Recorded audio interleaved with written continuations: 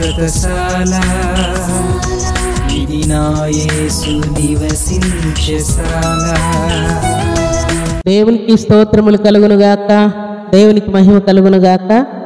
సర్వశక్తిమంతుడు అయినటువంటి దేవాతి దేవుడు మనలందరినీ ప్రేమించి సజీవులుగా ఉంచి మరొక శ్రేష్టమైనటువంటి శుభదినాన్ని సర్వాధికారి మనందరికీ అనుగ్రహించాడు. ప్రియులారా, గడిచిన రాత్రంతా కూడా ఆయన రెక్కల నీళ్ళలో మనలందరినీ కాపాడి వేకురలేచి సర్వాధికారిని స్తుతించే కృపను మనందరికీ అనుగ్రహించాడు. ప్రియులారా, అందుకై దేవదేవుని స్తుతిస్తూ ఉన్నాను. మీ అందరికీ శుభములు వందనములు తెలియజేస్తున్నాను. ప్రియులారా, ఈ ఉదయకాల సమయంలో సర్వశక్తిమంతుడు అయినటువంటి దేవాతి దేవుడు మనకిచ్చినటువంటి లేఖన భాగం చదువుకుందాం.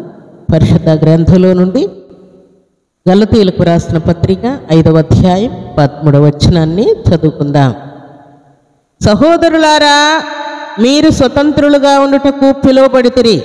అయితే ఒక్క మాట, ఆ స్వాతంత్ర్యమును శరీర క్రియలకు హేతువు చేసుకొనక ప్రేమ కలిగిన వారై ఒకరినొకడు దాసులై ఉండుడి.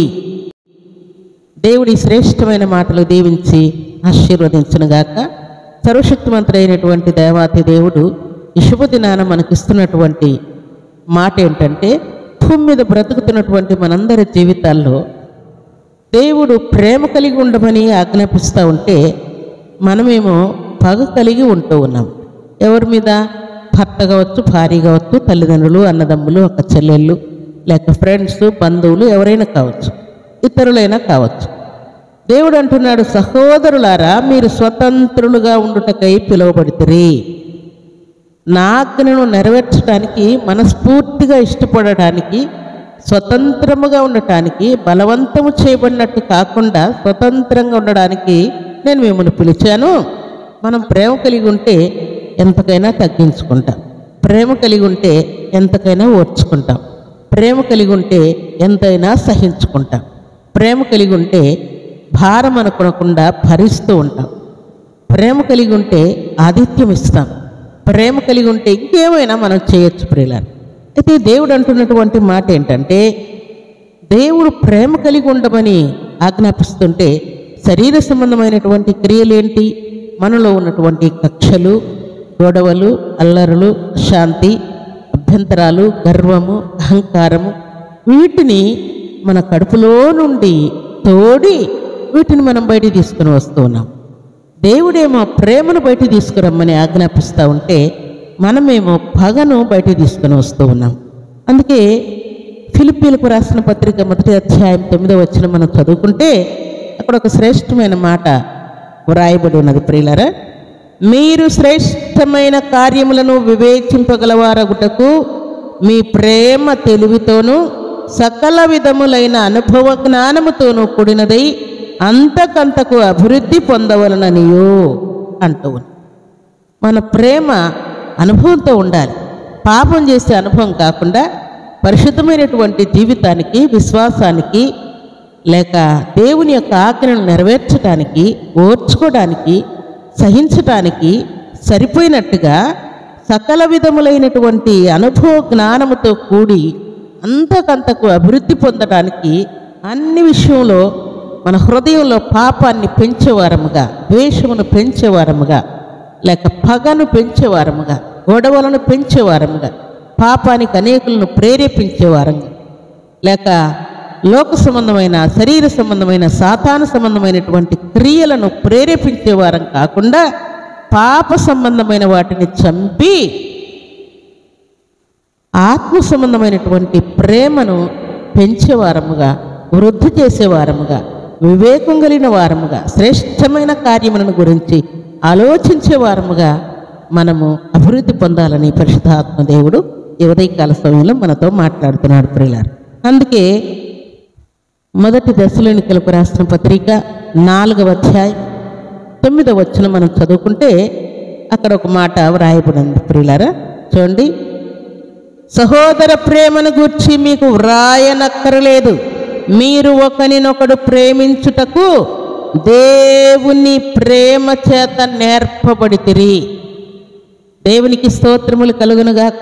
ఒకరినొకడు ప్రేమించటానికి దేవుని వలన, దేవుని చేత, దేవుని ప్రేమ నుండి, దేవుని రాజ్యము నుండి, దేవుని రక్షణ నుండి, దేవుని యొక్క కృప నుండి ఒకరినొకడు ప్రేమించడం అంటే ఏంటో దేవుని చేత మనం నేర్పబడ్డామంట.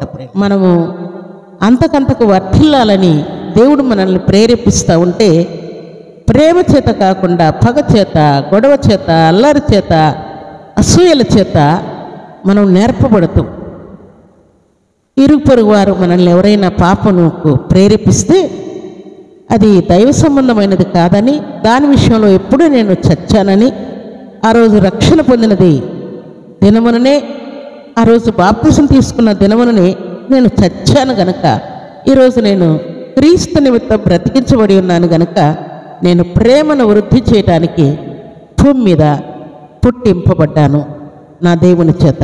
నా దేవుడు ప్రేమను పంచడానికి భూమి మీదకి దిగి వచ్చాడు.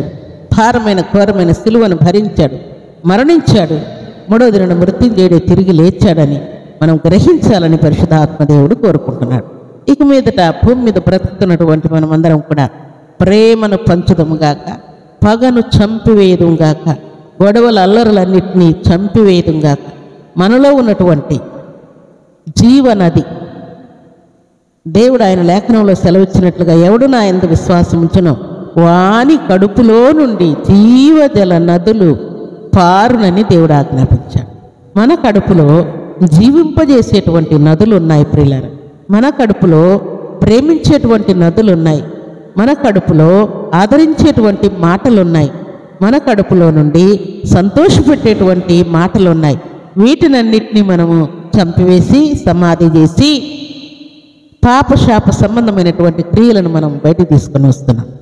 యేసుక్రీస్తు నామములో మన కడుపులో నుండి దేవుడు జీవజల నదులు పొర్లి పారజేస్తానన్న మాట పూచ తప్పకుండా మనం నెరవేర్చుదాంగాక. ఇక మీదట ప్రేమను వృద్ధి చేయదుంగాక, ఇక మీదట సహనమును వృద్ధి చేయదుంగాక, ఆదరణను వృద్ధి చేయదుంగాక, ఇక మీదట అనేకులకు సంతోషం కలిగించే వారముగా మనం ఉందుముగాక, అనేకులకు ఊరట కలిగించే వారముగా మనం ఉందుముగాక.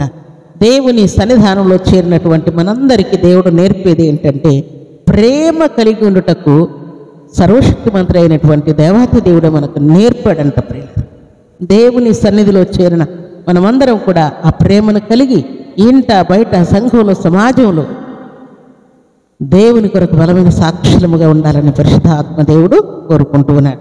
కాబట్టి ఈ ఉదయకాల సమయంలో ప్రేమ కలిగి ఉండమని దేవుడు మనకు నేర్పాడన్న సత్యాన్ని మనం జ్ఞాపకం చేసుకుని దేవునికి మహిమ తెచ్చే పాత్రముగా మనమందరం ఉండాలని దేవుడు కోరుకుంటూ ఉన్నాడు. అలాంటి కృపా భాగ్యం సర్వశక్తిమంతుడైనటువంటి దేవాతి దేవుడు సర్వసమృద్ధిగా మనందరికి అనుగ్రహించి ఆశీర్వదించునుగాక. ఆమేన్. ప్రార్థన చేసుకున్నా. భూమి ఆకాశములను కలుగు చేసిన మా తండ్రి, మీకు కృతజ్ఞతలు చెల్లిస్తూ ఉన్నానయ్యా. ఈ శుభదినాన తండ్రి, మీరు ఇచ్చిన శ్రేష్టమైన వాక్కులను బట్టి కీర్తిస్తున్నాను.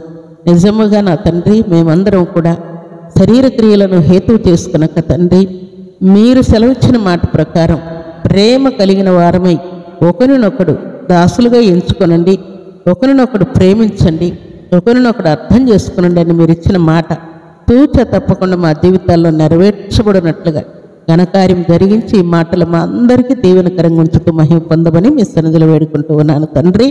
మీకు స్తోత్రాలు.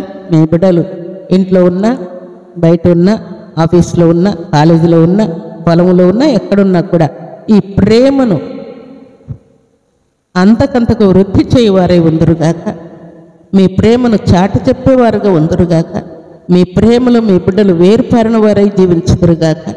వారికి వస్తున్నటువంటి ప్రతి విధమైనటువంటి అపవాది కలిగించే అభ్యంతరాల ఆటంకాలన్నీ ఆర్పివేయబడునుగాక. మీ కృపలో మీ బిడ్డలు వర్ధిల్లుదురుగాక.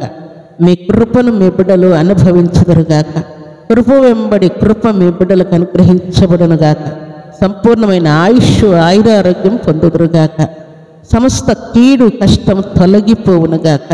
మీకు స్తోత్రాలు. వారి విద్య, బుద్ధి, ఉద్యోగం, ఎగ్జామ్స్ తండ్రి, ప్రమోషన్ అన్నీ క్లియర్ అయిపోవునుగాక. డిఎస్సి కోసం ప్రిపేర్ అవుతున్న బిడ్డలందరికీ శుభకరమైన ఆనవాలు మీ బిడ్డలు అనుభవించుదురుగాక. ఒక శ్రేష్టమైనటువంటి కార్యము వారి జీవితంలో జరుగునుగాక. వారి దుఃఖదినములు సమాప్తము చేయబడునుగాక.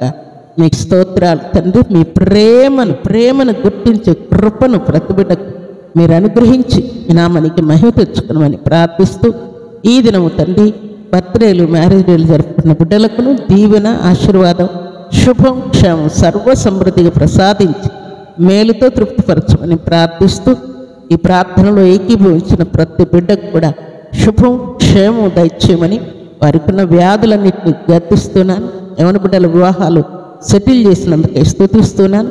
ఘనముగా నా తండ్రి శుభకార్యములు జరిగించినందుకే స్తుతిస్తున్నాను. కుమారులకు చక్కటి భార్యలను, కుమార్తెలకు చక్కటి భర్తలను సిద్ధపరిచినందుకే వారికి ఉన్న సమస్త ఇరుకు ఇబ్బందులన్నీ తీర్చినందుకే స్తుతిస్తూ ఈ ఉదయకాల దీవెనల చేత ప్రతి బిడ్డను మీరు ఆయత్తపరుస్తూ మహిమ పొందవని, క్రొత్త వ్యక్తులను మీ బిడ్డలకు నాయన మీరు పరిచయం చేసినందుకై గృహాల్లోనికి పంపినందుకై స్తుతిస్తున్నాను. అలాగే సంతానం ఇచ్చి సంతోషపరిచినందుకై స్తుతిస్తున్నాను. దీవించమని యేసుక్రీస్తు పరిశుద్ధమైన నామములు స్తుతించి ప్రార్థించి అడిగి వేడుకుంటున్నాము తండ్రి. ఆమేన్.